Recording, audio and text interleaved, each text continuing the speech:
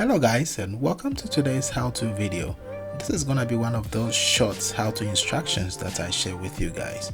So recently I purchased an M.2 storage device, about 1 terabyte of space, and when I inserted it in my computer it wasn't showing up, and I was able to fix that. And so I'm gonna show you what I did and all the steps I took, just in case you also encounter the same problem. Then you'll be able to follow my steps. And so let's get to it. So here we are on my desktop, and we're gonna go to File Explorer to see if we will to see the drive there. So here we are on File Explorer, and we can see that although the drive is being mounted, we are not seeing it over here.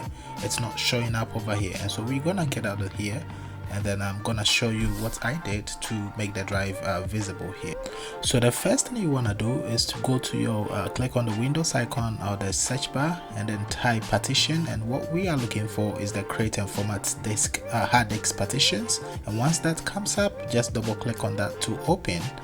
And once that open, you're gonna get to the disk manager window, and here we can see that disk 2 is unallocated. We have about 931 gig, approximately 1 terabyte unallocated space. So we're gonna right click on that and select new simple volume to create partition for this particular disk.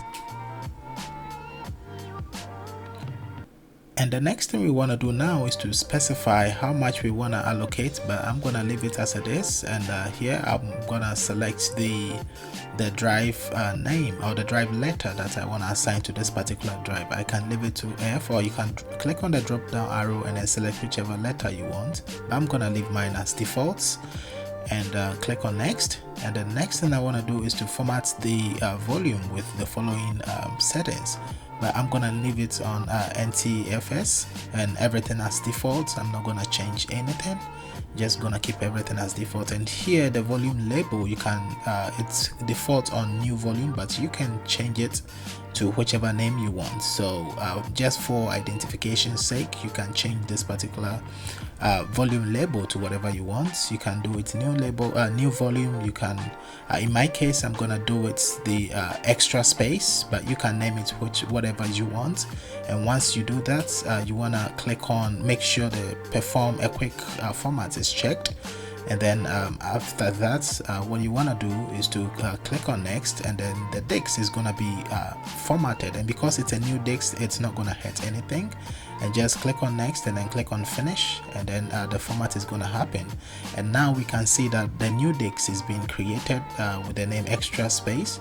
So if you used any other name, then that's the name you're gonna see here. But we can see that the disk is being formatted, and we're gonna check if indeed it shows up in our File Explorer.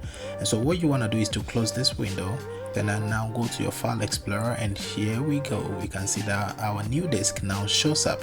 And so guys, here are all the steps. In case you face a similar problem, then you can follow these steps. And thank you for watching, and see you in my next video.